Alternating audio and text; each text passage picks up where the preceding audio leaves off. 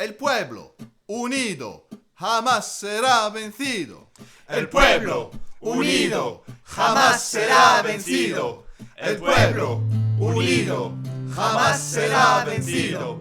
El pueblo unido. Depuis la crise de 2008 et particulièrement depuis la victoire de Donald Trump en 2015, est présente dans le débat public l'idée que nous serions dans un retour des années 30, dans une période pré-fasciste. Partout, la démocratie serait en recul et on assisterait à l'apparition de régimes illibéraux pour les plus modérés, fascistes pour les observateurs qui prennent moins de pincettes. Quels sont les éléments qui font que partout à travers le monde, des individus se mettent à penser une telle chose? Ce qui est mis en avant, c'est tout d'abord la montée de la propagande raciste dans la société. On le voit en effet qu'elle se développe particulièrement d'année en année. L'autre aspect, c'est la montée des partis d'extrême droite, comme le Rassemblement national en France ou l'AfD en Allemagne, ou encore l'arrivée de politiciens populistes de droite, comme Bolsonaro au Brésil, Meloni en Italie et Trump aux États-Unis.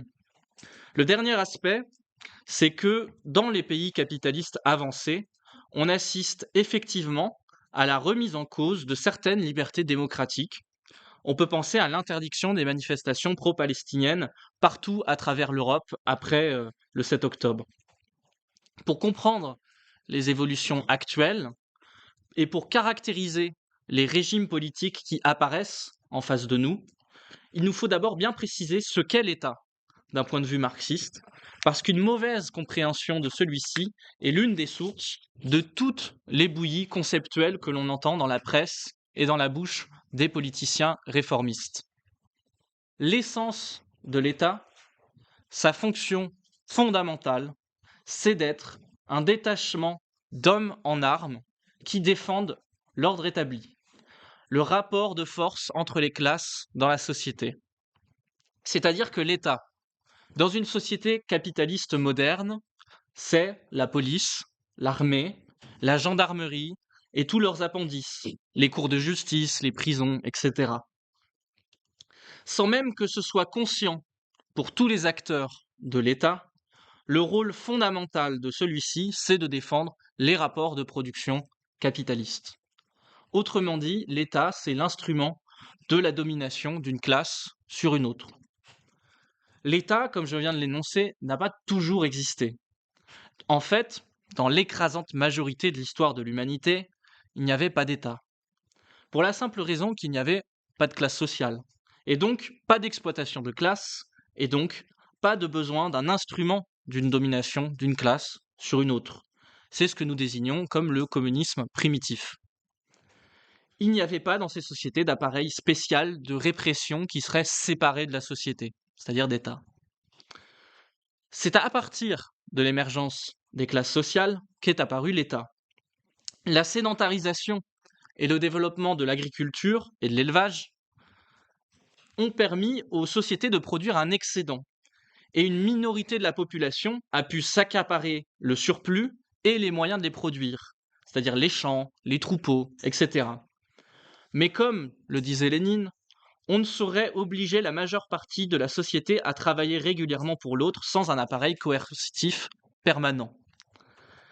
Ces premiers États étaient brutaux, et il faut dire d'ailleurs très peu raffinés. Ils défendaient un rapport de production qui était le rapport de production esclavagiste. Leur justification philosophique était très faible. En Europe est apparu ensuite, sur la ruine de la société antique, un nouveau mode de production, le mode de production féodal. La population européenne redevient alors une société rurale, avec une densité de population plus faible. L'État, par conséquent, est plus diffus et plus faible. Néanmoins, c'est toujours un rapport d'exploitation. Le paysan exploité, le serf, produit essentiellement pour son seigneur, que ce soit directement ou sous la forme d'impôts ou de corvées différents, en fonction des différents endroits en Europe. Le serf n'a aucun droit démocratique. C'est au rôle de l'Église de diffuser dans l'esprit des masses l'idée d'une sorte de justice dans cette hiérarchie sociale. Enfin, plus tard, les révolutions bourgeoises ont transféré le pouvoir d'État dans les mains de la bourgeoisie, le plus souvent dans ce que l'on appelle les démocraties bourgeoises. En soi, cet État des démocraties bourgeoises, il a le même rôle que dans les sociétés esclavagistes et féodales, c'est-à-dire défendre les rapports de production. Mais il y a deux différences importantes. D'une part, le mécanisme de l'exploitation est masqué. L'extorsion de la plus-value n'est pas visible directement. On garde l'apparence que le travail est payé par un salaire. D'autre part, pour la première fois, on reconnaît à tous les citoyens les mêmes droits formels, comme la formule que tous les hommes naissent libres et égaux en droit. Mais c'est bien une égalité formelle et non réelle. Ces droits démocratiques formels existent. On a le droit de vote, on a le droit de s'organiser, nous pouvons vendre notre journal. On peut coller pour nos réunions publiques. Mais ils s'arrêteront toujours, ces droits, là où est menacée la propriété privée, ou l'instrument de cette propriété privée, c'est-à-dire l'État. Dans certaines circonstances, dans la société capitaliste, on abolit brutalement ces droits démocratiques, et alors l'État apparaît d'une certaine façon sans masque. Il existe deux cas de ce type, le bonapartisme et le fascisme. Prenons d'abord le cas le plus fréquent, c'est ce que nous, marxistes, nous désignons comme le bonapartisme. Le bonapartisme, c'est un régime dans lequel l'équilibre entre les classes permet à l'appareil d'État, c'est-à-dire à la police, l'armée, etc., d'assurer directement le pouvoir d'une façon relativement, et j'insiste sur le relativement, indépendante des politiciens bourgeois. Il faut une situation particulière pour qu'un régime de ce type puisse s'établir. Il faut une classe ouvrière vaincue, faible ou épuisée, d'une part, et d'autre part, il faut que la bourgeoisie soit incapable de diriger comme elle en a de l'habitude. L'appareil de l'État se place alors au-dessus de la société pour rétablir l'ordre, leur ordre, et il joue sur cet équilibre de classe et peut notamment donner des concessions aux travailleurs, comme les lois sociales sous Bismarck, par exemple.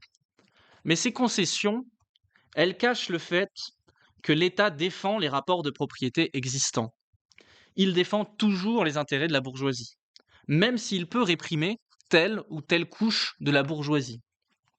On peut penser, par exemple, au régime de Poutine, aujourd'hui, où il peut mettre en scène le fait de faire plier un patron et de le faire signer le maintien de son usine en Russie, de l'humilier devant les caméras en lui demandant de lui rendre son stylo. Enfin bon, il y a un extrait assez célèbre.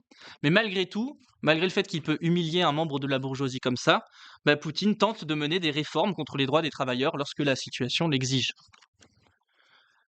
Les régimes bonapartistes sont très variés dans leur degré de répression. Le régime de Pinochet, au Chili, était un bonapartisme extrêmement sanglant, dans lequel les libertés démocratiques étaient complètement abolies. Sa brutalité tenait du fait qu'en dernier recours, il pouvait s'appuyer sur le soutien de l'impérialisme américain, ce qui renforçait considérablement sa position. Tandis que, par exemple, le régime de De Gaulle, entre 1958 et 1968, c'était un régime bonapartiste bien plus faible, où avaient lieu des élections et où une opposition communiste officielle pouvait exister. Dans tous ces régimes bonapartistes, le personnel politique est différent. Les membres du parti de De Gaulle, du RPF, qui arrive au pouvoir en 1958, ce n'est pas les politiciens classiques de la 4e République.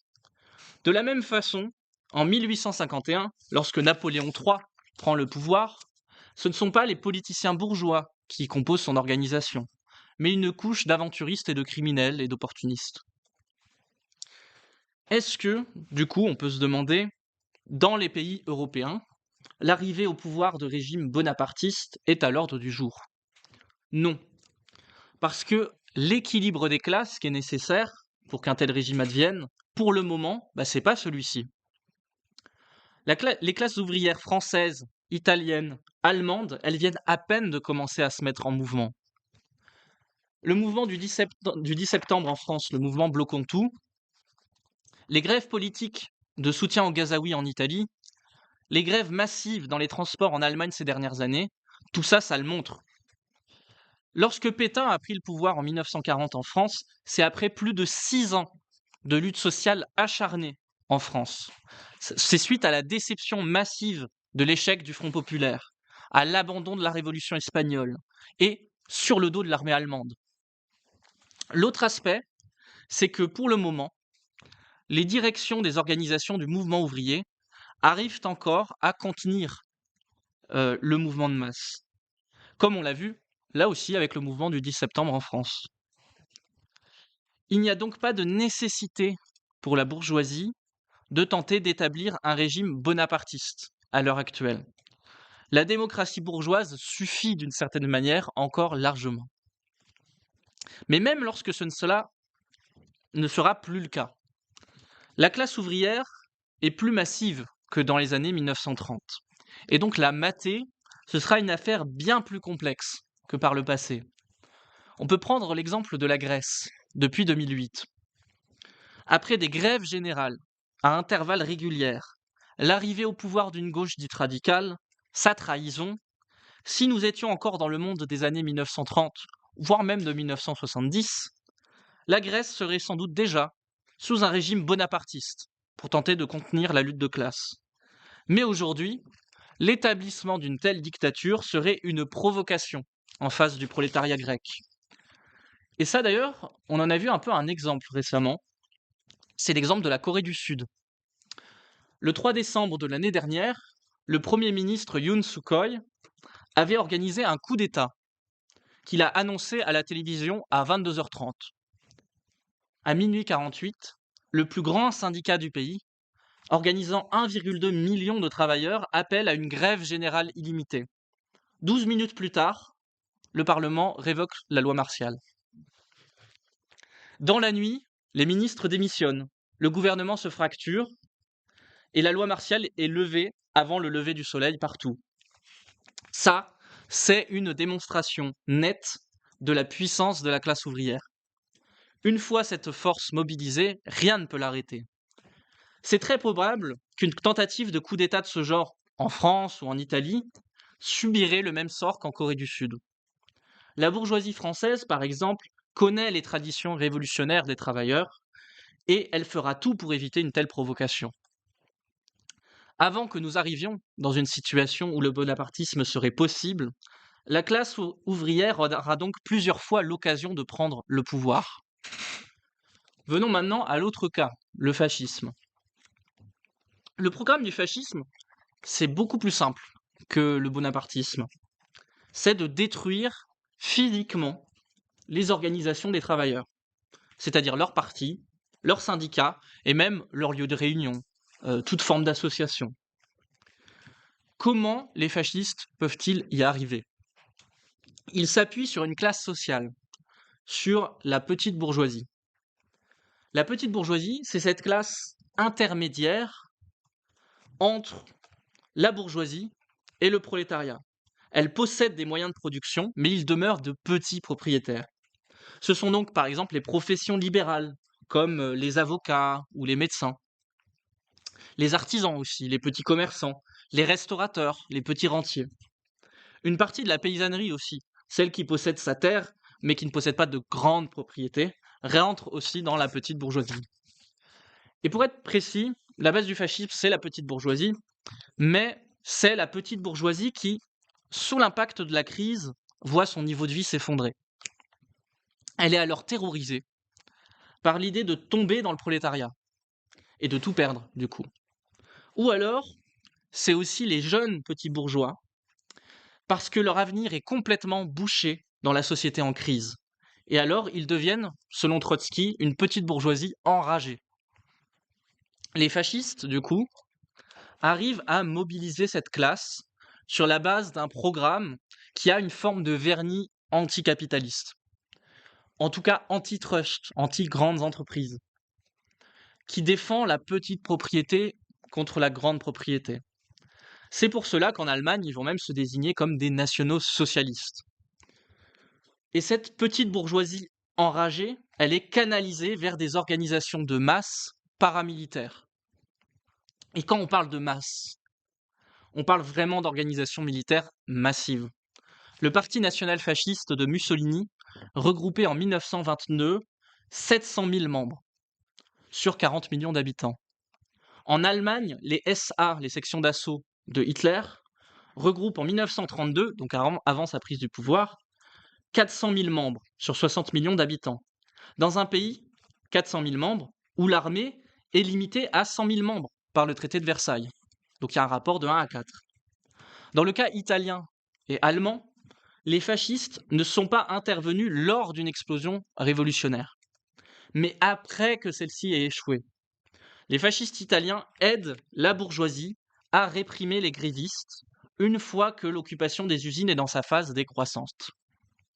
En Allemagne, Hitler arrive au pouvoir parce que le KPD se refuse à le prendre, avant tout. Alors qu'en France, du coup, est-ce que le Rassemblement national, c'est un parti fasciste? Non.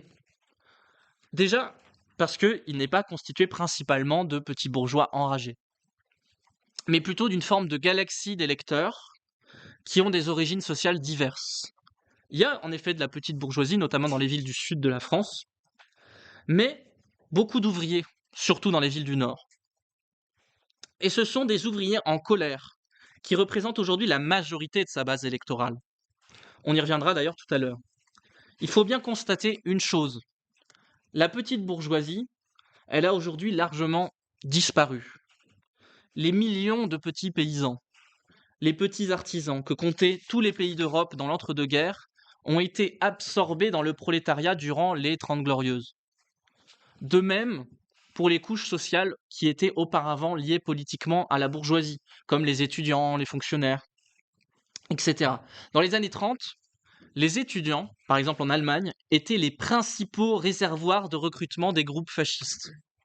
Bon, c'est pas du tout le cas aujourd'hui. Qui a été sur une fac le voit quand même. Il n'y a donc plus aujourd'hui de base sociale pour un mouvement fasciste de masse, dans aucun pays capitaliste avancé. Enfin, parce que le programme du Rassemblement national, ça n'est pas un programme fasciste. Sa démagogie sociale n'a rien à voir avec celle des fascistes. Son programme tend même à devenir de plus en plus libéral au fur et à mesure des années. De même, le Rassemblement national ne réclame pas la fin des syndicats, il ne réclame pas l'interdiction des partis politiques de gauche, etc., etc. Est-ce à dire qu'il n'existe pas de groupe fasciste aujourd'hui? Non, ils existent toujours. Et ils sont une nuisance pour le mouvement ouvrier. Moi, je viens de la ville de Lyon, et là-bas, régulièrement, des attaques de fascistes ont lieu contre des librairies anarchistes, contre des militants de gauche, contre des immigrés, aux abords des manifestations. Il doit exister, on va dire, quelques centaines de fascistes violents dans cette ville. Mais comme je viens de l'énoncer, précisément, ils ne se cantonnent qu'à attaquer les marges du mouvement, les alentours des manifestations, et pas la manifestation elle-même. Parce qu'ils ne sont pas assez nombreux, tout simplement. N'importe quelle manifestation syndicale, dans une période de creux de la lutte, rassemble plus que ces groupes violents. Mais les militants ouvriers, qui, isolément et individuellement, ressentent très concrètement la menace que représentent ces groupes, il ne faut pas l'ignorer. Le problème est encore une fois la politique des directions du mouvement ouvrier. En France, elle ne propose qu'une seule chose, faire appel à l'État pour réprimer les fascistes. Par exemple, demander la dissolution de ces organisations par les préfectures et la fermeture administrative de leurs locaux par l'État. Mais de deux choses l'une, les fascistes sont utiles pour la bourgeoisie, et donc à l'État.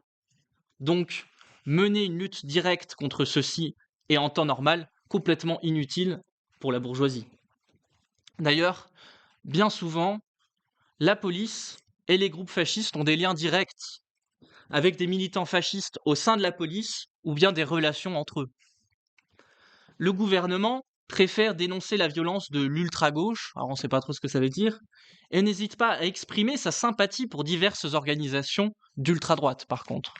Retailleau, qui était ministre de l'Intérieur en France, félicitait récemment le groupe fasciste, soi-disant féministe, Némésis, qui mène des attaques contre les immigrés au nom des droits des femmes, en leur disant, je cite, « Bravo pour votre combat, vous savez que j'en suis très proche. » Et si, sous la pression des masses, l'État prend effectivement des mesures face aux fascistes, ce qui peut arriver, c'est pas totalement exclu, ces mesures seront limitées au strict minimum de la légalité bourgeoise. Par exemple, le maire de Lyon avait fait fermer un local fasciste.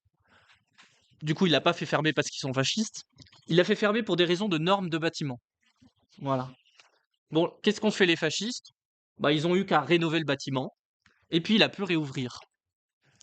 De même, lorsque le groupe fasciste, Groupe Union Défense, a été dissous à Lyon, il s'est reconstitué immédiatement sous un autre nom, le Bastion Social. Et une fois que celui-ci a été dissous à son tour, un autre est réapparu. Et ainsi de suite, et ainsi de suite.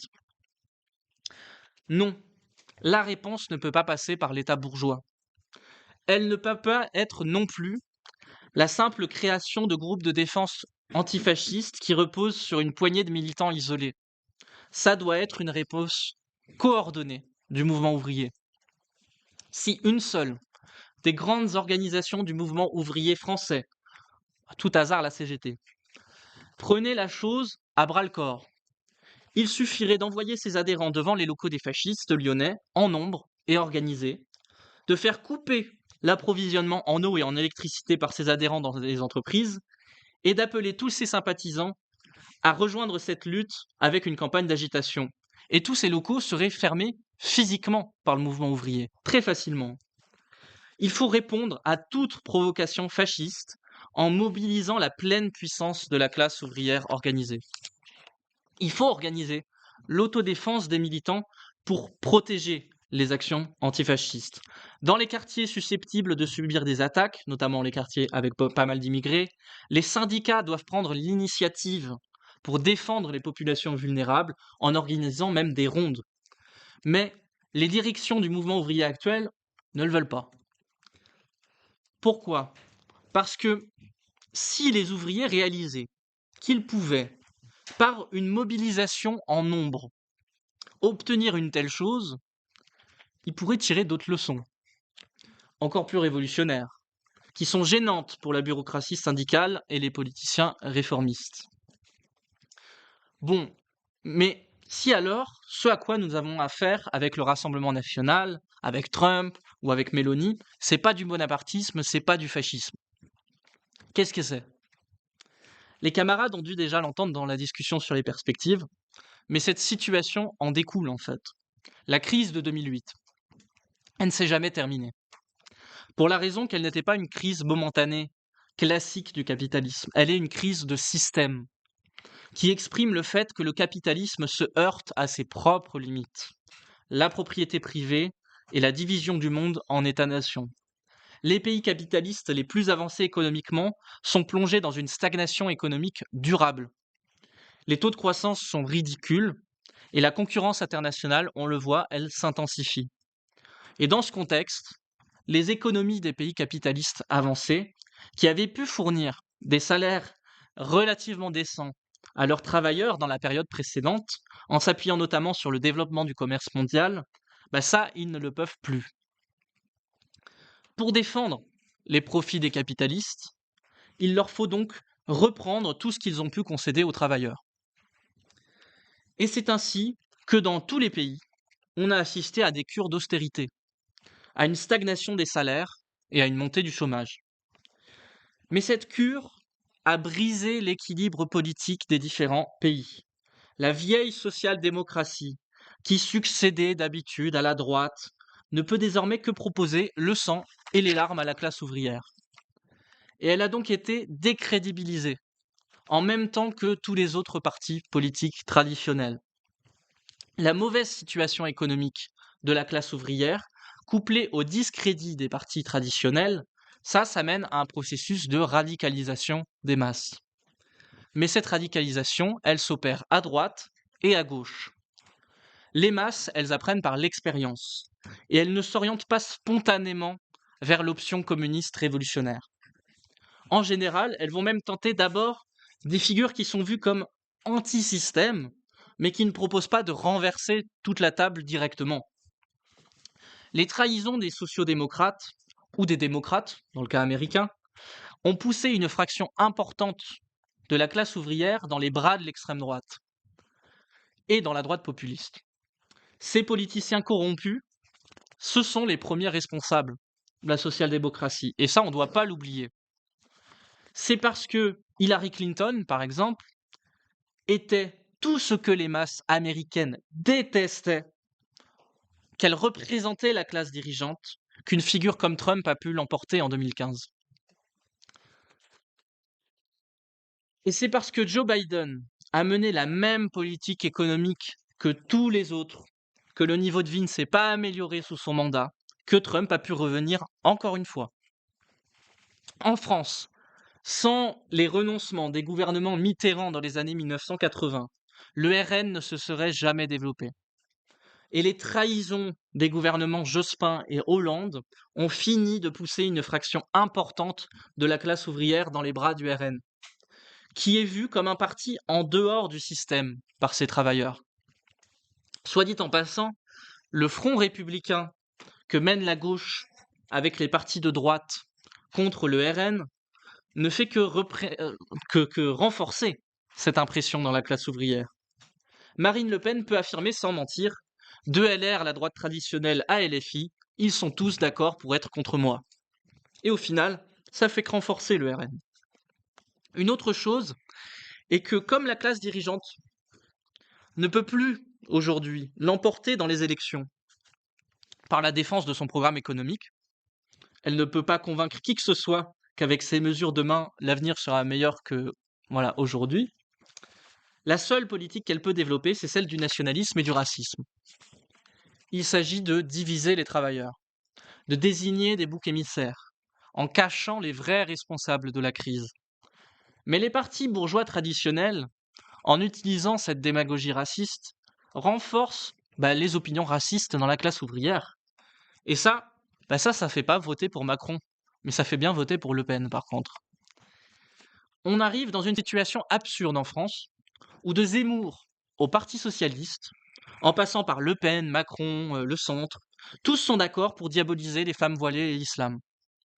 Et tout ceci contribue donc à la montée de ces partis de droite populistes.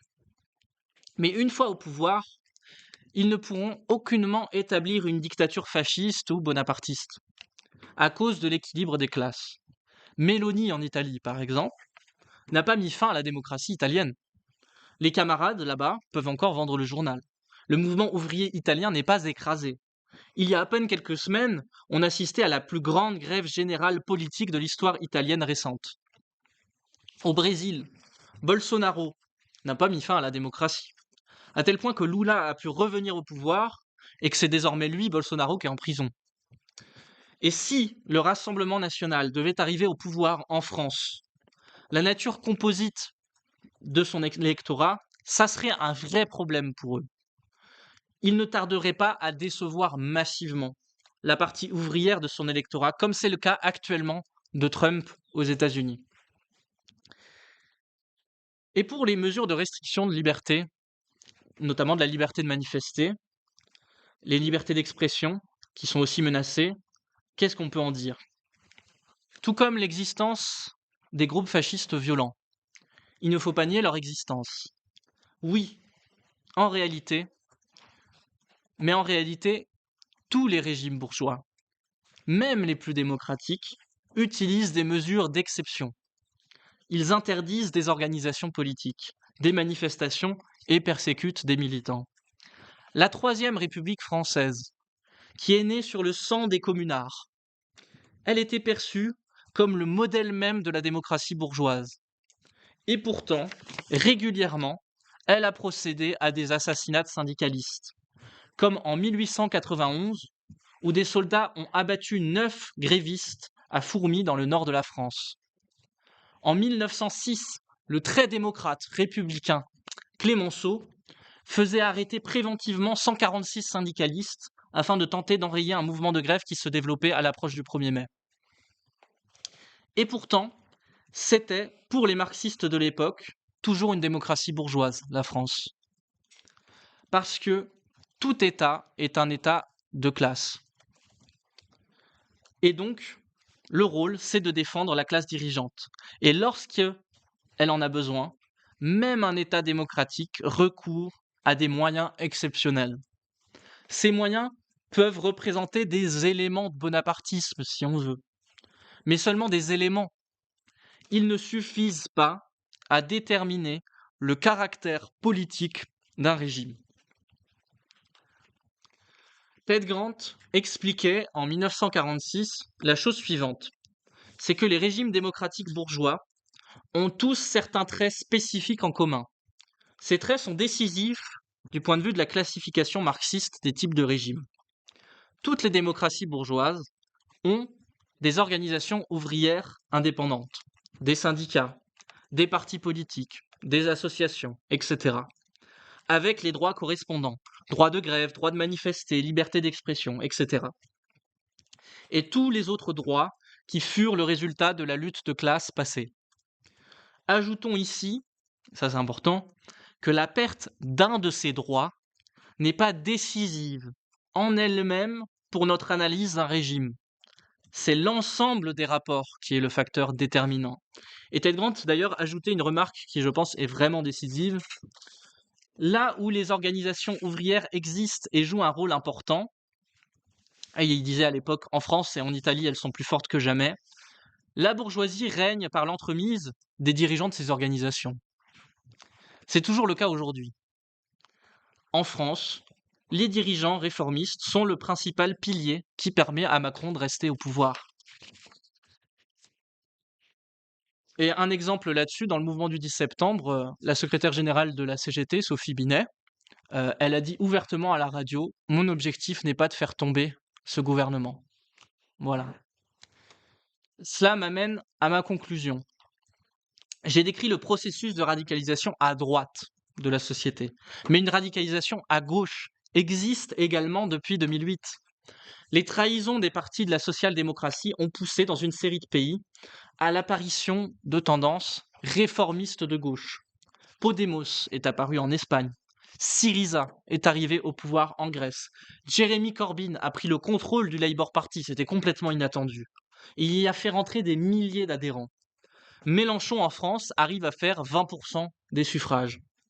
Mais le point commun de tous ces partis de gauche réformistes, c'est qu'à divers degrés, ils ont tous commencé à décevoir.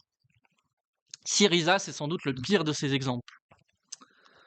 C'est-à-dire qu'ils sont arrivés au pouvoir, ils ont abandonné tous leurs programmes, ils sont soumis aux exigences de la bourgeoisie, ils ont perdu le pouvoir. Bon, c'est vite fait résumé. La France insoumise de Mélenchon, c'est peut-être le moins pire de ces exemples. Mais même en France, le processus montre ses limites. Mélenchon grimpe électoralement d'élection en élection, ça c'est parfaitement vrai. Mais pour le coup, le Rassemblement national, à ce stade, il grandit aussi, et il grandit plus vite que Mélenchon. En fait, c'est la montée des deux qui vient d'un même processus. C'est la montée de la colère dans la classe ouvrière qui s'exprime par ces votes. Mais les réformistes de gauche, par leur tendance à la modération, échouent à tirer parti de la situation autant que peut en tirer parti la droite populiste. Et même, ils renforcent cette dernière. En France, l'alliance de la France insoumise avec le Parti socialiste au sein de la NUPES, puis ensuite du NFP, le nouveau Front populaire, tout ça, ça a ouvert un boulevard au RN. C'est-à-dire que la France insoumise a passé 2 élections à dire le Parti socialiste a trahi les travailleurs, plus jamais d'alliance avec eux, et ensuite ils font 2 alliances avec eux. Alors, camarades, notre mission, elle est claire. Nous sommes à l'heure actuelle trop petits pour jouer un rôle direct dans la situation actuelle. Mais nous devons préparer les directions de demain, renforcer nos organisations, s'implanter toujours plus dans la classe ouvrière et nous préparer aux événements révolutionnaires qui ne manqueront pas d'arriver. Pas de pessimisme, pas de fatalisme, la classe ouvrière est plus puissante que jamais et balayera la réaction. Merci. Trop bien. Du coup, moi, je voulais faire un point sur la montée du fascisme en Italie dans les années 20. Et un peu le point que je voulais faire, c'est surtout de montrer que c'était pas une fatalité et que ça n'a pas été juste un glissement unilatéral des travailleurs et de la petite bourgeoisie à droite, mais que ça a vraiment été permis aussi par la suite d'erreurs immenses et de trahisons qui ont été faites par la social-démocratie. Et Mussolini, il disait lui-même que les socialistes n'ont pas su tirer profit d'une situation révolutionnaire comme il ne s'en reproduit pas dans l'histoire. Je pense que c'est la seule fois où moi je dois être juste d'accord avec Mussolini. Et du coup, je voulais montrer aussi un peu pourquoi, quelles ont été ces erreurs, et quelques mots sur le contexte. Du coup, après la Première Guerre mondiale et toute la barbarie que ça a représenté, l'effondrement massif des conditions de vie, tout ça, ça a vraiment engendré d'abord une vague de radicalisation aussi à gauche, à travers toute l'Europe, mais en Italie, ça s'est exprimé avec le Biennio Rosso, genre vraiment 2 années intenses de mobilisation des travailleurs, qui est une mobilisation qui a vraiment un caractère révolutionnaire. Il y a eu une vague de grève qui a évolué après en vague d'occupation d'usines, après que les patrons aient menacé de faire des lockouts, de juste fermer les entreprises. Notamment dans la métallurgie, il y a eu des immenses occupations. Il y a 400 000 ouvriers qui ont occupé leur usine, qui ont constitué du coup des comités d'entreprise aussi, des comités ouvriers. Et dans certaines régions, comme dans le nord de l'Italie et surtout à Turin, c'est allé super loin aussi dans un peu le début du contrôle de la production et de l'organisation de la vie aussi de quartier à travers ces comités justement. Et du coup, ce mood ultra combatif, il s'est traduit aussi dans les urnes. Ça se voit surtout aux élections de 1919, où le Parti socialiste italien il est devenu la force principale au Parlement. Du coup, le Parti socialiste, à ces élections, il a pris 156 sièges, ce qui représente 104 sièges de plus par rapport aux dernières élections. Et en plus ce regain vraiment de soutien pour le Parti socialiste, il y a aussi une immense vague de syndicalisation auprès de la CGL, qui représentait le syndicat principal. Je ne sais pas si c'est encore le cas aujourd'hui. Du coup, ce qu'on voit vraiment après la Première Guerre, c'est une vague de radicalisation et d'organisation aussi à gauche. Au même moment où, en 1919, du coup, à Milan, dans les élections, les fascistes, ils obtiennent que 2% des voix, alors qu'ils vont être capables de prendre le pouvoir 3 ans après. Du coup, cette percée pardon, du soutien aux élections envers le PCI, le PSI, pardon, le Parti socialiste italien, ça a été rendu possible par un soutien massif du coup des travailleurs, mais aussi de la petite bourgeoisie, qui, après justement les horreurs de la guerre et la misère croissante, cherchent vraiment une sortie à cette crise, à leurs conditions qui se dégradent, et du coup soutiennent aussi les idées révolutionnaires et le parti qui prétend en tout cas défendre cette voie-là. Mais du coup, le Parti socialiste italien, qui est à ce moment-là la plus grande organisation des travailleurs, et la CGI, il laisse malheureusement ce mouvement s'essouffler. Et du coup, je vais revenir un peu sur quelques erreurs majeures qu'ils ont fait. Tout d'abord, en fait, le Parti socialiste, ils reconnaissent pas les comités ouvriers qui se sont formés spontanément, sous prétexte qu'ils se sont constitués en dehors de la direction du parti, que c'est pas vraiment des vrais soviets comme il y a eu en Russie, qui sont un peu isolés dans les entreprises. Et du coup, au lieu de se baser vraiment sur les meilleurs exemples de ces comités, de comprendre aussi en quoi ils représentent vraiment un peu l'embryon d'un éventuel futur gouvernement ouvrier, d'essayer de généraliser ces expériences et ensuite de les centraliser aussi à échelle nationale pour briser leur isolement, la direction du Parti socialiste et la CGI, ils décident sous pression aussi du gouvernement et du patronat, de mettre fin à ces occupations en échange de juste des augmentations salariales. Et du coup, ça montre qu'à une période où, en fait, il y a une partie des travailleurs qui commençaient vraiment à avoir le pouvoir en leurs mains à travers ces occupations. Ils ont été trahis par leur direction. Ils se sont retrouvés avec des pauvres miettes qui représentent des augmentations salariales qui ont ensuite été retirées par les fascistes. Du coup, première erreur. Ensuite, la deuxième, c'est aussi le refus d'avoir armé et organisé les travailleurs face aux attaques fascistes. Je pense que ça a été mentionné aussi dans la présentation, mais la base du fascisme à la base, ça a vraiment été un peu de constituer des milices anti-ouvrières, dont le but c'était vraiment de faire des campagnes systématiques de terreur dans les meetings, dans les réunions, dans les bureaux des organisations ouvrières. Il y a des manifestations où il y a eu des bombardements comme à Bologne en 1919. Juste, les fascistes ont brûlé des centaines de bâtiments aussi qui appartenaient ou avaient un lien avec les travailleurs. Et face à ça, que fait le Parti socialiste? Ben, il refuse d'armer les travailleurs. Il défend une position pacifiste en défendant juste un peu des voies légalistes pour se défendre. Il glorifie aussi l'inaction en disant que c'est mieux de rien faire des fois, que c'est aussi voilà, héroïque. Et surtout dans ce contexte-là, c'est horrible. Et surtout, du coup, ça montre qu'il y avait des immenses illusions sur le rôle de l'État. Ils s'en remettent à l'État pour défendre les intérêts des travailleurs face à la violence armée des fascistes. Euh, mais ben, bien comme on l'a dit aussi, le but de l'État, c'est de maintenir la domination bourgeoise. Et l'État italien, il était très conscient aussi de ses intérêts. Et du coup, il soutenait le groupe fasciste de mille manières. Déjà, il y a eu vraiment des afflux de soutien financier de la part des capitalistes, des grands propriétaires fonciers après la vague d'occupation qui ont eu juste eu trop peur. Du coup, ils étaient prêts à financer ces groupes-là, ces groupuscules pour aller vraiment mater les ouvriers. Il y a eu aussi un soutien matériel de la part de la police, de l'armée, genre en donnant des armes, des chars, un peu tout le matériel nécessaire pour pouvoir aller assaillir les travailleurs. Et juste le fait de les laisser intervenir, déjà ça c'est aussi une complicité, ou d'intervenir carrément avec les fascistes. Il y a aussi les gendarmes et la garde royale qui sont intervenus des fois avec les fascistes pour écraser des grèves qui allaient trop loin. Et juste un peu un soutien politique croissant de la part de l'État, de la bourgeoisie, avec des alliances parlementaires et un soutien croissant qui allait jusqu'à carrément la chaude nomination de Mussolini comme Premier ministre de la part du roi en 1922.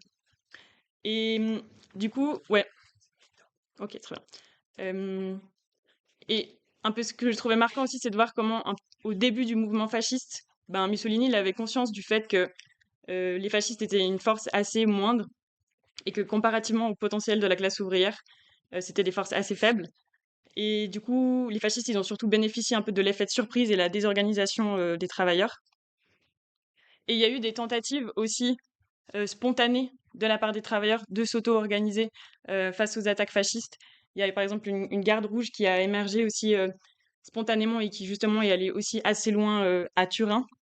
Il y a eu aussi des milices antifascistes, dont une qui s'appelle la Arditi del Popolo, qui ont émergé vraiment spontanément du mouvement ouvrier comme réaction à ces attaques-là et qui ont montré le potentiel que pouvaient avoir les travailleurs organisés pour riposter contre les attaques des fascistes. Il y a un exemple aussi à Parme en 1922 où cette riposte antifasciste est allée hyper loin. Et du coup, on peut voir aussi avec ces exemples-là que si un peu la riposte aux travailleurs face aux fascistes avait été organisée tout de suite, et ces exemples-là, comme voilà, la Garde rouge, les Arditi del Popolo, si ça avait vraiment été un peu généralisé, ça aurait pu montrer aux travailleurs comment réagir et les aider à reprendre confiance aussi dans leurs forces. Mais le Parti socialiste et la CGL, ils dénoncent ces groupes comme étant violents, hétérogènes, et ils s'en détournent. Du coup, ça contribue à isoler les travailleurs les plus courageux et à les démoraliser, du coup. Et finalement, le Parti socialiste, il signe un traité de paix avec les fascistes en 1921, qui n'a jamais été mis en œuvre, ça n'a jamais été l'intention, et que ça s'est juste un peu soldé par un redoublement de violence par la suite.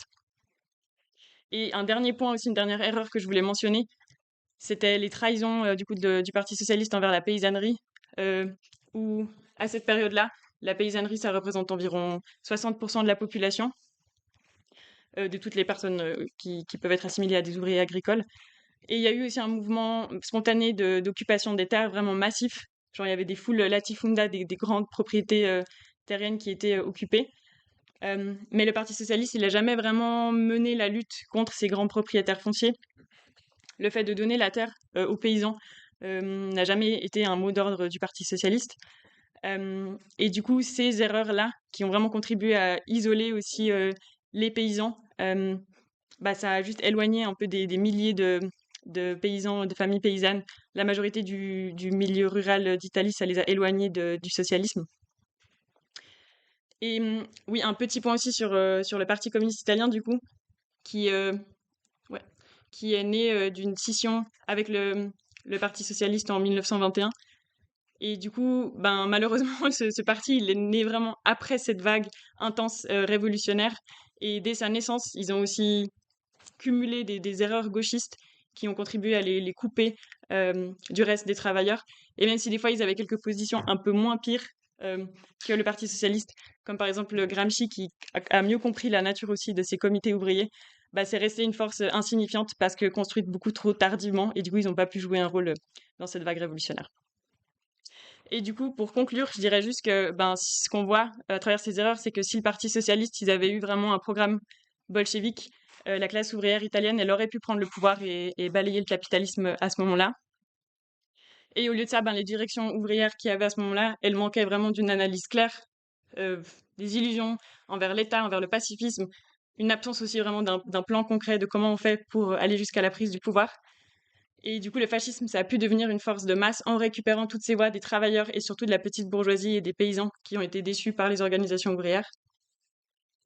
Et oui, et ce qui a permis aussi aux fascistes de mettre en avant un programme en surface socialiste, genre participation des ouvriers à la production, la terre à ceux qui la travaillent, nationaliser une partie des industries, tout ça.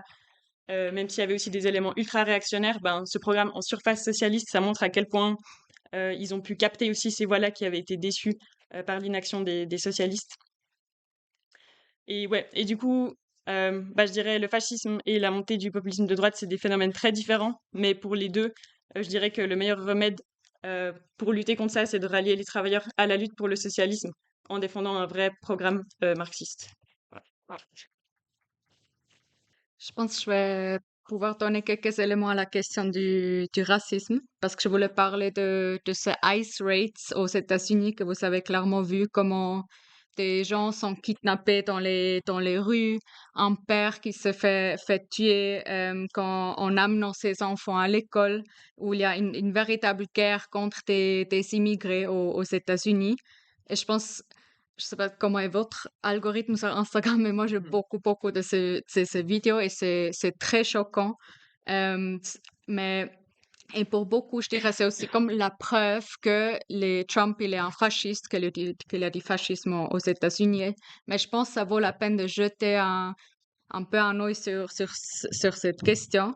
Parce qu'en soi, ces raids, aussi des déportations des immigrants, c'est rien de nouveau aux États-Unis. Aussi, la violence policière contre les Noirs, par exemple, c'est comme inscrit dans le cadre des États-Unis.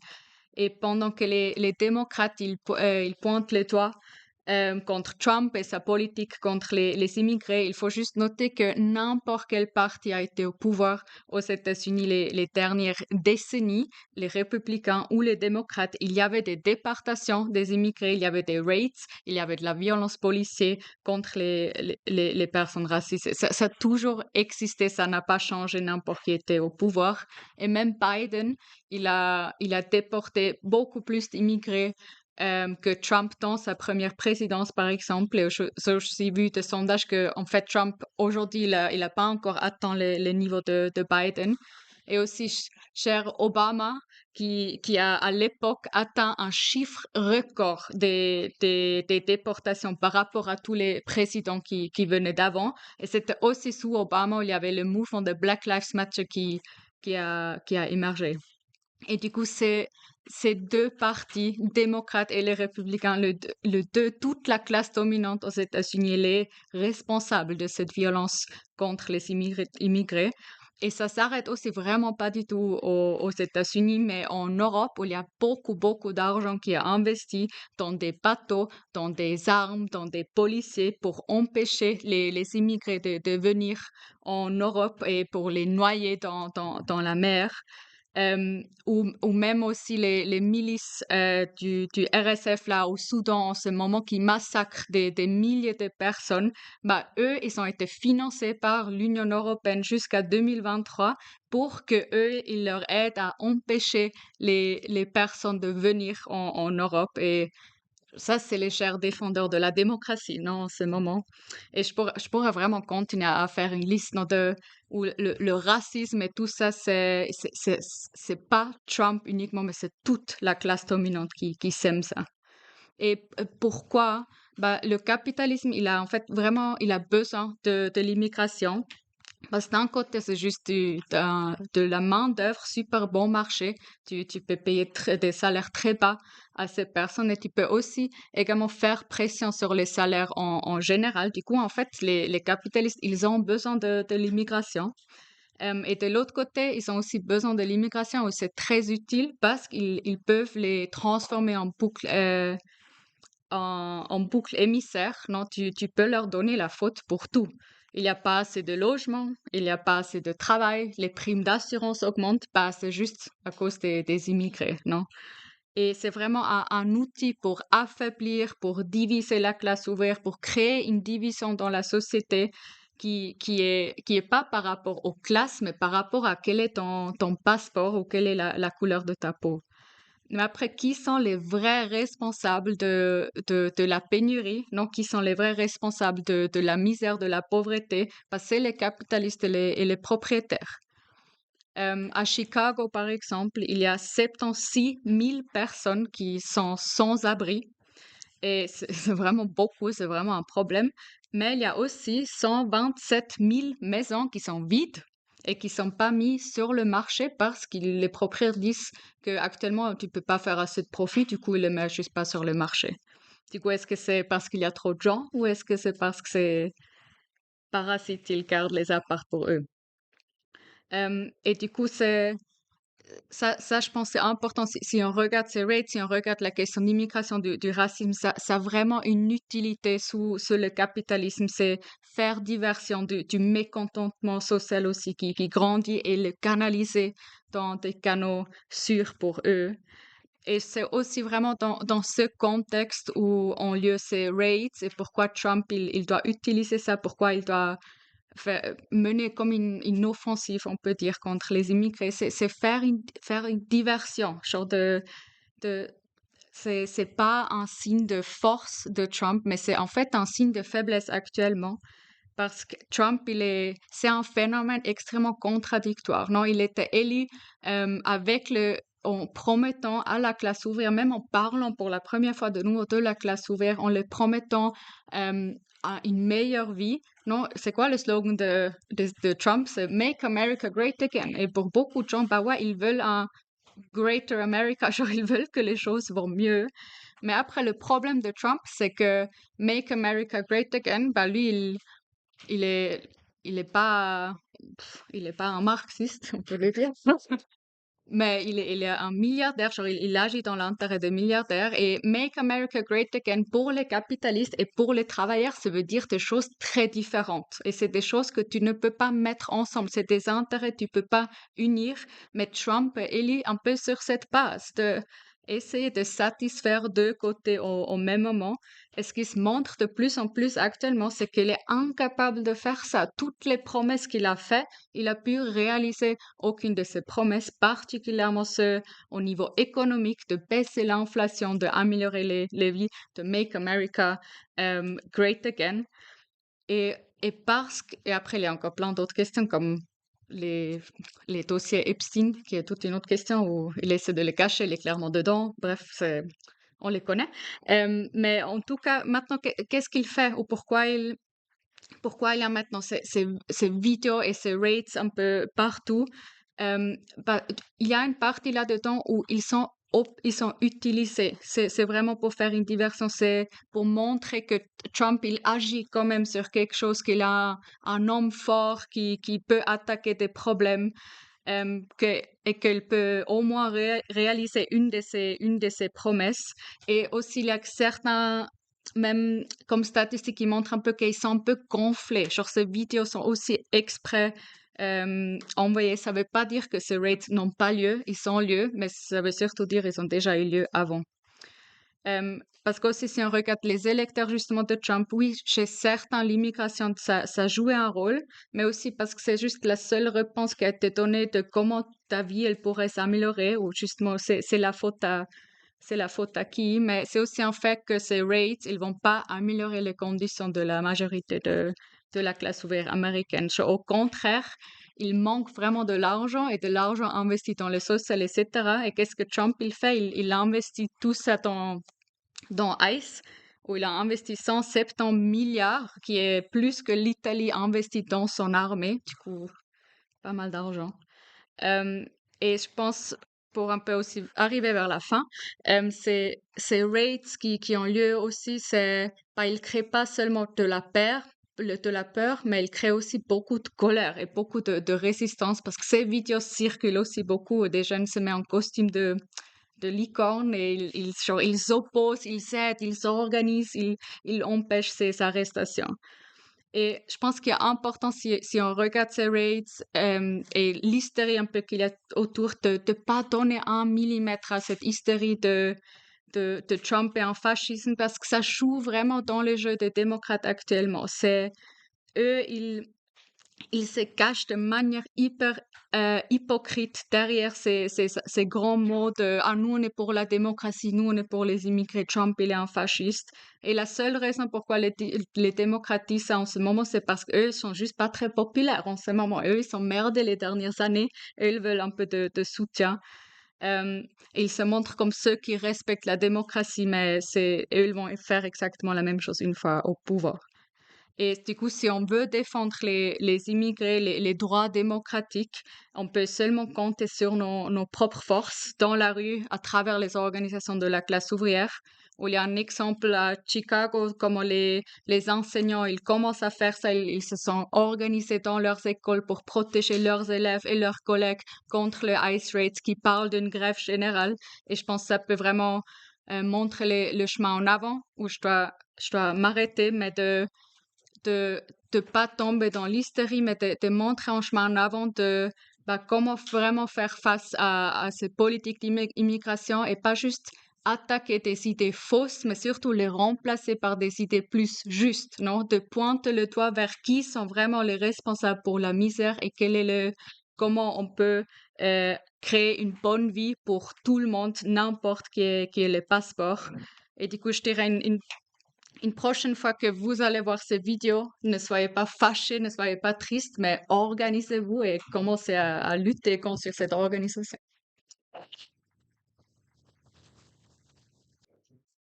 Mais ce matin, on a eu une magnifique intervention sur la géologie, ce qui est vraiment pas ma spécialité. Mais ouais, il y a encore ce magnifique dessin. Et ouais, pour le résumer d'une manière un peu abrutie, ce qu'il faut comprendre pour comprendre les changements dans les plaques tectoniques, c'est les courants de lava qu'il y a en dessous de ces plaques qui bougent. Et ça, c'est les tendances sous-jacentes, souterraines. Et dans la société, il y a un truc très, très semblant. Et moi, je dirais, la tendance clé qu'il faut comprendre et voir aujourd'hui, c'est le mécontentement énorme et grandissant dans la société, notamment dans la classe ouvrière, dans chaque pays du monde, y inclut la Suisse. Et seulement parce que moi, je doute que beaucoup de vous ont vu de la lava vivant de vos propres yeux. Mais bien que, ouais, vous l'avez pas vu, ça existe. Et c'est la même chose avec ce mécontentement des masses et des travailleurs.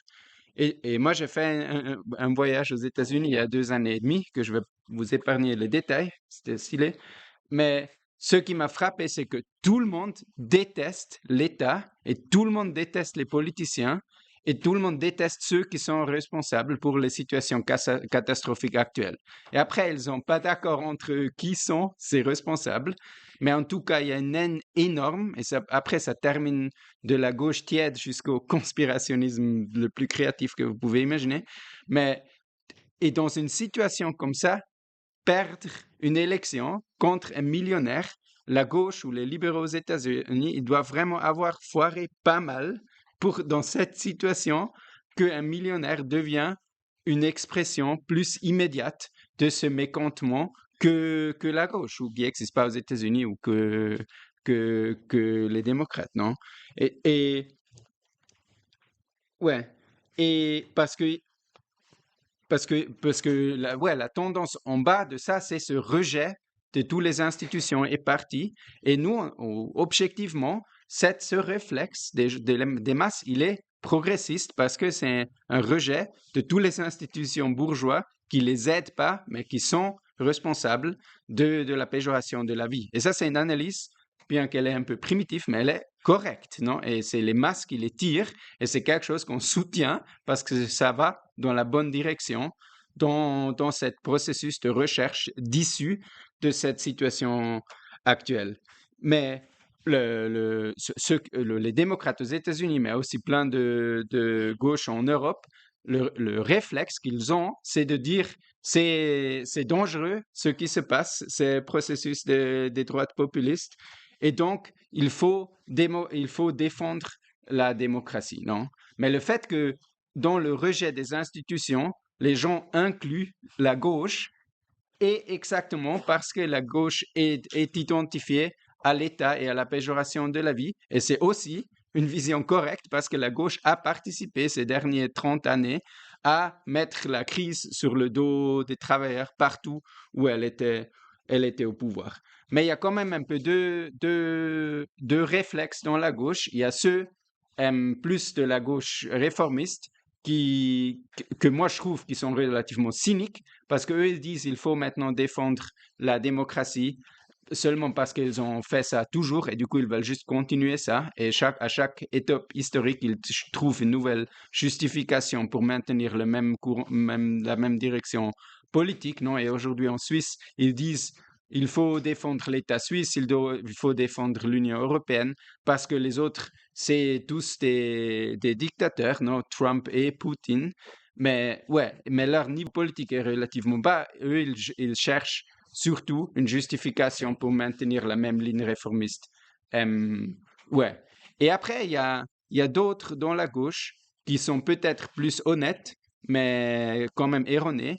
Et souvent, ça, on voit ça aussi chez les antifas et un peu ceux qui sont plus radicaux, les gauchistes. Ils ont aussi peur de ce développement qu'ils voient, la massification du populisme de droite.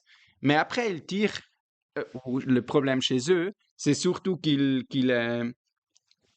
ont une vision assez condescendante de la classe ouvrière et ils disent la droite populiste, son succès est dû au racisme, non? Les gens sont racistes, du coup, ils cherchent un parti raciste qui correspond à leur racisme. Et par exemple, en France, il y a des enquêtes scientifiques assez intéressantes qui disent les dernières 15-20 années, même l'électorat du FN est devenu, en général, moins raciste et moins homophobe parce que dans la classe ouvrière, en fait, il y a un processus où les gens commencent à voir que ces idées sont faux. Et il faut aussi comprendre que le racisme, c'est surtout il y a ces stratégies de bouc émissaire, mais il faut aussi comprendre pourquoi elles fonctionnent. Et dans une situation de manque, les gens voient qu'il y a un problème. Et après, ce qui leur est proposé, c'est des explications racistes de leurs problèmes, non? Mais, ouais. Mais les deux stratégies, ceux de la social-démocratie, non, qui disent qu'il faut défendre l'État bourgeois, et ceux un peu des gauchistes qui disent que les travailleurs sont perdus, racistes, et du coup on peut rien faire, les deux conclusions amènent à la gauche dans l'impasse, parce que dans la situation de la radicalisation énorme historique aujourd'hui, les deux concluent que tu peux rien faire. Et ça, c'est vraiment une conclusion catastrophique aujourd'hui. Et moi, je trouve que c'est vraiment aussi ça qui est la question clé de la gauche au niveau mondial. Soit tu vois la radicalisation énorme et que vraiment c'est ça le courant principal en dessous de la surface, soit tu es juste perdu, tu n'es pas utile, tu peux aller ailleurs, mettre ta tête sous le sable pour toujours parce que tu n'es pas une aide à la classe ouvrière si tu vois pas ça. Et ce qui s'ajoute après, c'est que la compression, que même les populistes de droite, ils peuvent pas répondre aux demandes des masses, non?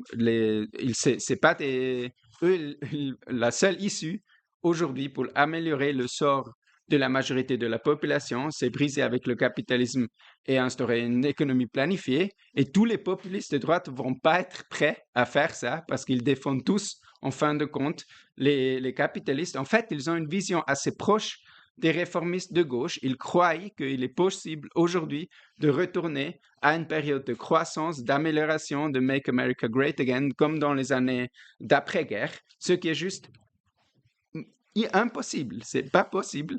Et du coup, la droite, et ça on voit déjà aux États-Unis maintenant, c'est que Serran a illustré un peu, que Trump, il est déjà en train de perdre la popularité parce que les gens voient qu'il y a l'inflation et que ses promesses sont tous en vain.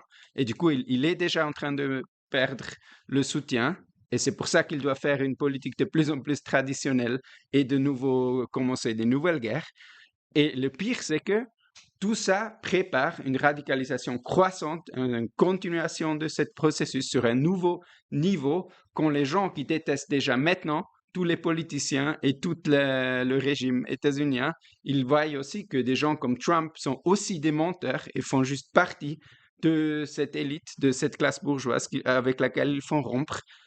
La situation est grande ouverte pour une alternative de gauche. Et c'est pour ça que c'est tellement tragique si aujourd'hui la gauche conclut que tu peux rien faire, tu peux rien construire, tu peux seulement mettre ta tête dans le sable, parce que c'est maintenant qu'il faut préparer et construire une alternative qui, après, quand les gens ont fait l'expérience des populistes de droite et seront de nouveau ouverts à des idées de gauche, il faut avoir préparé l'organisation qui peut après présenter ça. Et c'est pour ça que c'est tellement catastrophique d'avoir cette vision des autres courants de gauche.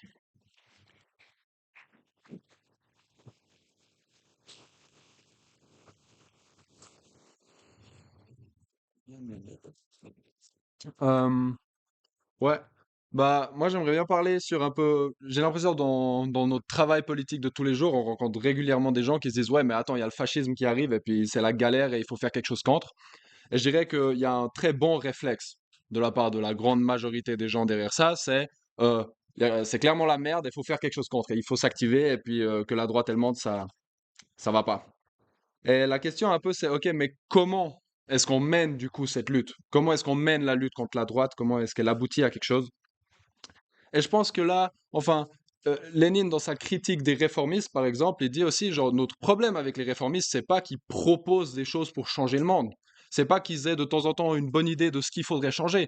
Notre problème, c'est qu'ils finissent par ne pas changer les choses, que par leur méthode, il n'y a pas de changement. Avec l'antifascisme qu'on voit dans les institutions de gauche et dans les groupuscules de gauche, je dirais c'est la même chose. On n'est pas contre votre antifascisme dans le sens que vous dites qu'on ne veut pas de racisme, pas d'oppression, etc. Mais le problème, c'est est-ce que vous pouvez vaincre le fascisme sur la base que vous amenez? Et je vais essayer d'expliquer ça plus en détail. Nous, en tant que socialistes scientifiques, non, genre, il ne s'agit pas de pinailler sur les mots, il ne s'agit pas de juste avoir une définition très précise de qu'est-ce que le fascisme, parce que c'est beau d'avoir des belles définitions. Mais ce que Alan Woods dit dans son article, genre What is Trump? Il dit genre des grandes généralisations comme bonapartisme ou comme ça n'explique encore rien, tel qu'un autre camarade l'a très bien expliqué avant moi. Par contre, eh ben, nous, à quoi on peut s'intéresser, d'où est-ce qu'on sort un optimisme révolutionnaire? C'est de notre analyse réelle des contradictions qui se préparent dans cette société, de la radicalisation sous-jacente de la société qui a lieu. Et de cette conclusion, enfin ou non, de cette analyse, on en tire une conclusion qui est centrale, c'est celle de le changement doit se faire par la classe ouvrière. C'est la classe ouvrière qui est le sujet révolutionnaire de notre époque. C'est elle qui changera les choses et personne d'autre en fait. Et c'est sur cette base qu'on dit que on se donne la mission d'organiser, de faire avancer la classe ouvrière dans la lutte, et que c'est à ça qu'on doit réfléchir, et que du coup, on n'a pas d'illusion dans l'État bourgeois pour faire le taf à notre place. On n'est pas non plus un groupe de gens qui se déconstruisent mutuellement dans leur coin et qui abolissent genre le racisme comme ça dans leur coin pour changer les choses. On n'est pas non plus un groupe de bricolage qui s'amuse régulièrement à investir le maximum de temps dans de la pyrotechnique et des belles trucs, comment ça s'appelle ça, les transpistes, bah, même si on en fait des super, des banderoles. Mais maintenant, on dit on veut construire une organisation de cadres révolutionnaires qui a tout d'abord genre un sérieux dans cette tâche qui est systématique, qui a du professionnalisme, qui organise genre, ouais, qui n'a pas des traditions dans le style quelqu'un de gauche, il est toujours en retard. Non, nos branches, elles commencent à l'heure, non, et on en est fiers. On récolte de l'argent parce qu'il faut de l'argent pour construire une organisation sérieuse. Euh, et c'est sur cette base qu'on pense qu'on peut se connecter à la classe ouvrière et qu'on voit cette classe ouvrière comme un sujet révolutionnaire et que c'est ça qui nous donne un certain optimisme dans la lutte.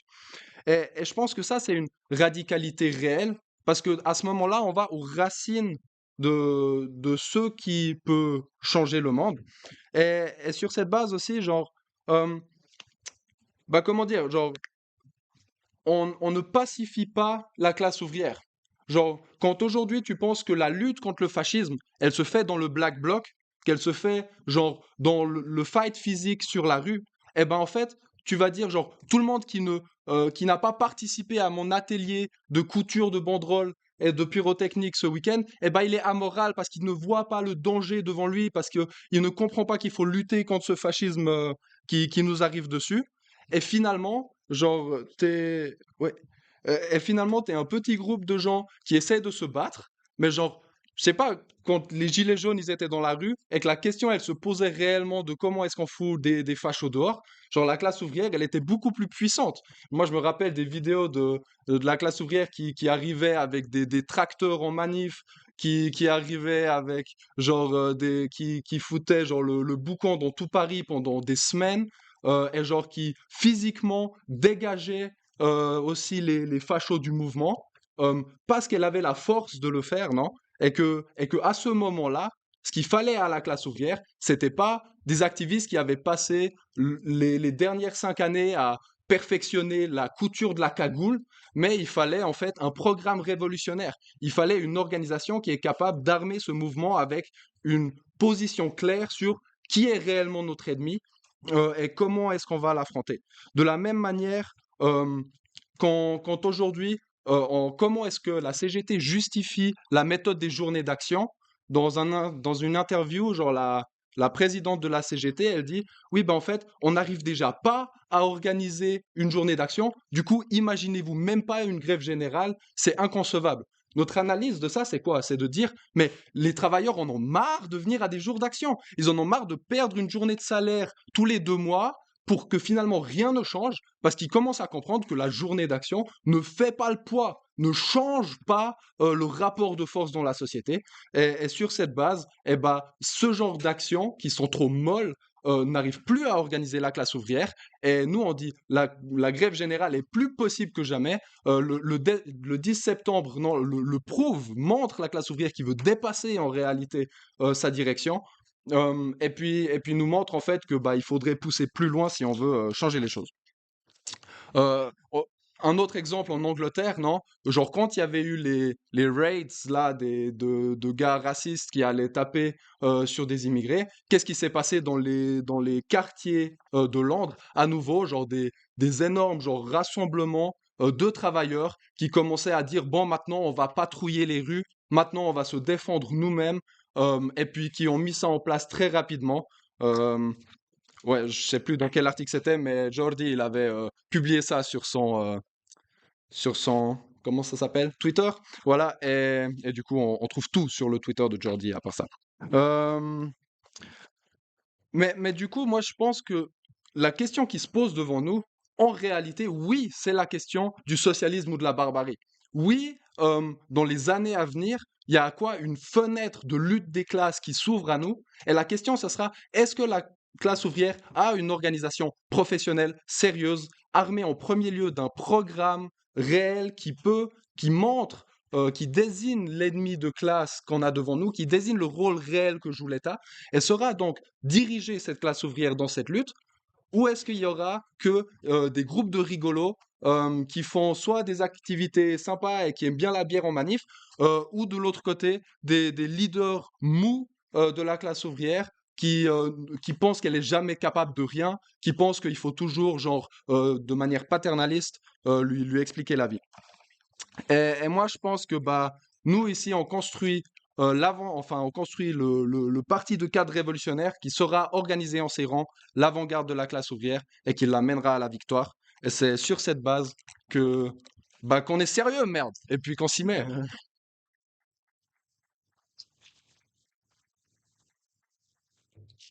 Bah, je pense que c'était une bonne discussion, très riche, sur plein de sujets. Euh, bon, tout d'abord, 20 minutes, ok. D'abord, premier point, juste, je vais revenir très rapidement sur l'intervention qui était sur le bonapartisme et sur le caractère un peu abstrait de la notion. Ça, c'est parfaitement vrai que elle peut avoir un caractère abstrait comme ça. De toute façon, dans le cadre d'un exposé de ce type, on est obligé de n'effleurer que la surface d'un concept. Par contre, attention avec l'idée que le marxisme serait un empirisme.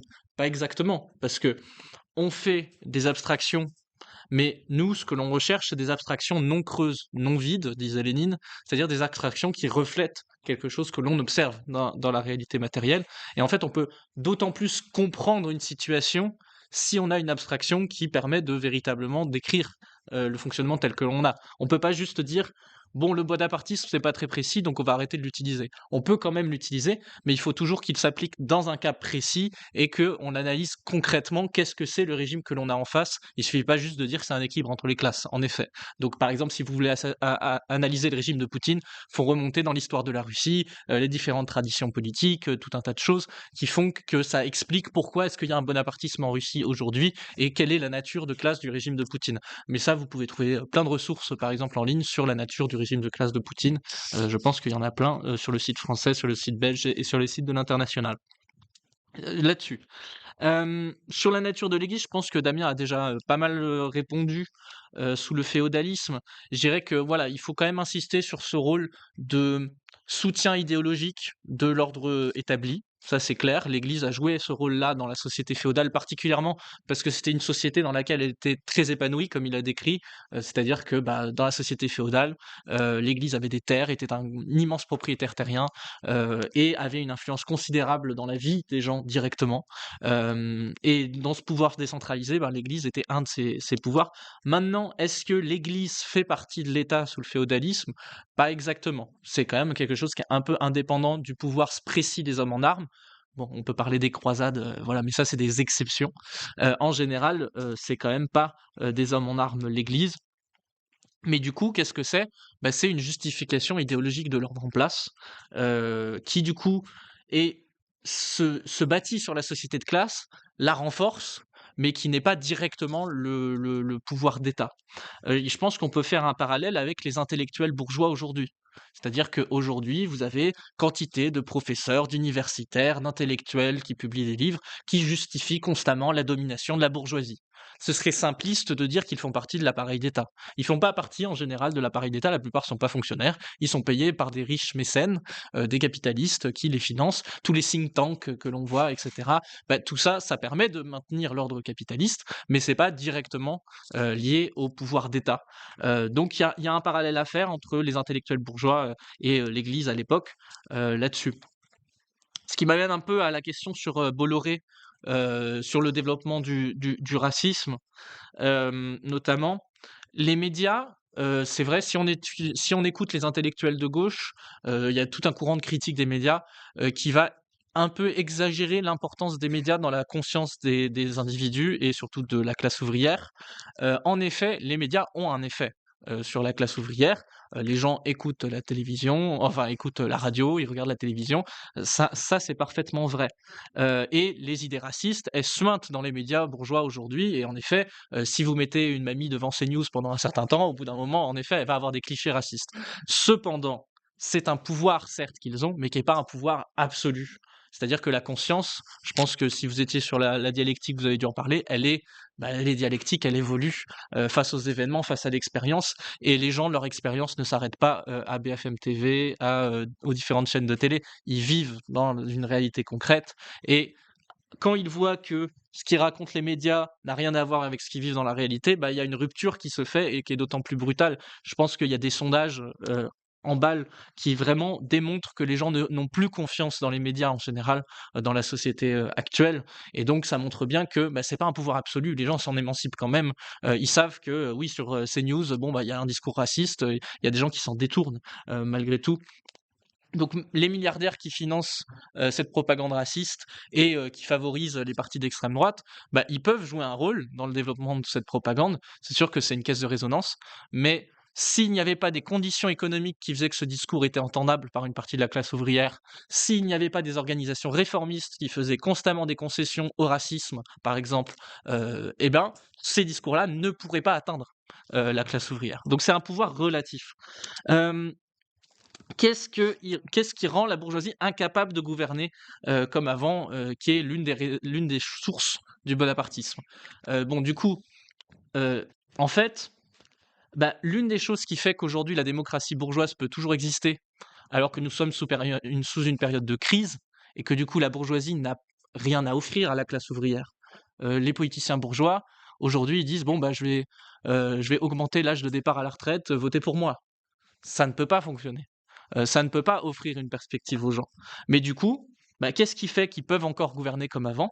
Bah, c'est le soutien des grandes organisations réformistes, des syndicats, le fait qu'ils n'engagent pas une lutte révolutionnaire contre l'État bourgeois, le fait qu'eux-mêmes sont saisis de l'idéologie bourgeoise véhiculée par les médias. C'est-à-dire qu'eux-mêmes, ils veulent respecter la bienséance, ils veulent pas s'aliéner les grands libéraux, etc., etc. Et tout ça, c'est ce qui permet que l'État continue. Et en fait, le jour où la classe ouvrière s'émancipera de ces directions réformistes, que ce soit en les remplaçant par des réactions révolutionnaires ou en les dépassant spontanément, bah là, la nécessité d'une dictature bonapartiste pourrait apparaître. Et en général, c'est dans ce genre de situation qu'un régime bonapartiste apparaît. Euh, Même s'il y a des exceptions, etc. Mais voilà. Sinon, sur les groupes fascistes et le Rassemblement national, parce que j'ai dit, voilà, il y a le Rassemblement national, de l'autre côté, il y a des petits groupes fascistes qui sont une nuisance pour le mouvement ouvrier, mais qui ne sont pas le mouvement fasciste historique des années 30 en termes de puissance, en termes d'impact.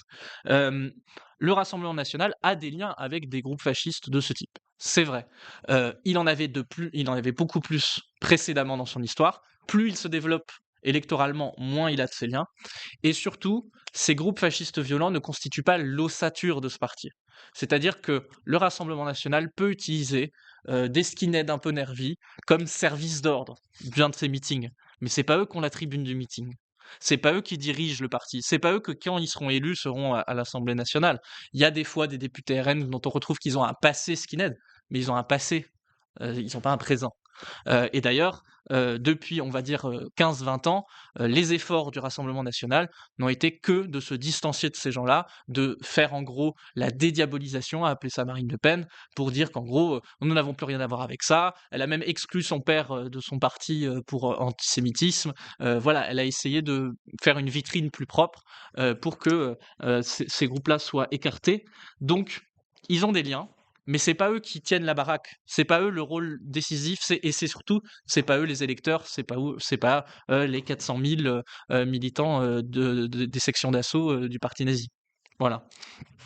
Euh, Sur qu'est-ce que la petite bourgeoisie aujourd'hui? Bah, en fait, c'est essentiellement ce que j'avais dit déjà dans l'exposé, la petite bourgeoisie aujourd'hui, c'est-à-dire c'est des gens qui ont de la propriété, c'est des gens qui ont une forme de capital, c'est-à-dire ils ont de la propriété qui permet de reproduire voilà, de la monnaie, et donc ils peuvent s'enrichir de cette façon-là. Maintenant, ils n'ont pas comment dire, une propriété assez puissante, assez installée pour finalement bah, cesser de travailler, par exemple. Ils sont nécessairement, en général, ils doivent travailler, ou ils ont d'autres aspects de ce type. Donc ça va être les petits patrons, ça va être les artisans, ça va être une partie des intellectuels qui arrivent en vendant des livres, s'entretenir. Ça peut être... voilà, c'est une classe qui en fait est assez large, mais qui en termes de proportion de la population représente une fraction petite de la population. Cependant, elle ne disparaîtra jamais entièrement sous le capitalisme, ça faut le garder là-dessus. Elle a tendance à perdre des membres régulièrement à chaque crise, mais elle ne disparaîtra jamais totalement, ne serait-ce que parce qu'il y a tout le temps des nouvelles entreprises qui sont créées sous le capitalisme. Donc il y a toujours des nouveaux petits patrons. Même s'ils vont faire faillite dans les 5 prochaines années, il y a toujours des nouveaux restaurants qui ouvrent, par exemple. Bon, donc c'est ce genre de choses. Dernier point, et je m'arrêterai là-dessus, c'est quoi la dictature? Parce que du coup, dans le titre de cette présentation, il y avait le mot de dictature, donc j'ai pas utilisé à dessein parce que c'est aussi un concept un peu flou. Le concept de dictature, Bon, à la base, ça vient de la terminologie romaine, hein. La dictature, c'était une situation précise dans laquelle le Sénat romain déléguait les pouvoirs spéciaux dans des situations de crise à un général, en général, enfin un militaire, pour régler la situation. Donc c'était une délégation que faisait la démocratie à un militaire pour régler la situation avec des pouvoirs d'exception, des pouvoirs spéciaux de répression. Donc ça, c'était la dictature, mais donc avec un contrôle démocratique. Le Sénat pouvait révoquer ça à tout moment. Euh, donc ça, c'était le concept à la base. Chez Marx, par exemple, bon, il parle de la dictature du prolétariat. La dictature du prolétariat, bah, c'est le mot au sens romain. C'est-à-dire que pour lui, c'est un moment où on a un pouvoir spécial du prolétariat pour régler la situation. C'est-à-dire que bah, on va réprimer les anciennes classes qui dirigeaient la société d'une façon un peu extraordinaire par rapport à la normalité, entre guillemets. Ouais. Euh, mais du coup, le mot de dictature, depuis Marx, a beaucoup évolué, notamment bah, sous l'impact du XXe siècle, et a été associé au fascisme, a été associé au stalinisme, a été associé à tout un tas de choses, et donc il n'est plus très précis aujourd'hui, parce que du coup, bah, Mussolini, c'est pas le pouvoir du Parlement qui lui est délégué, il peut pas être évoqué, ça n'a rien à voir. Donc le mot a changé de sens aujourd'hui. Et du coup, il est devenu un peu plus un synonyme du bonapartisme, le mot de dictature, là-dessus. Et bah, nous, en tant que tels, ce que je dirais, c'est que la démocratie bourgeoise, c'est une forme de dictature, dans le sens où c'est la dictature de la bourgeoisie déguisée. C'est-à-dire que par l'intermédiaire des politiciens bourgeois, bah, en réalité, c'est toujours la bourgeoisie qui gagne au sein de la démocratie bourgeoise. Et nous, notre enjeu, bah, c'est de renverser cette bourgeoisie et d'établir une dictature du prolétariat, en d'autres mots, la première véritable démocratie ouvrière. Et je m'arrêterai là. El pueblo unido jamás será vencido. El pueblo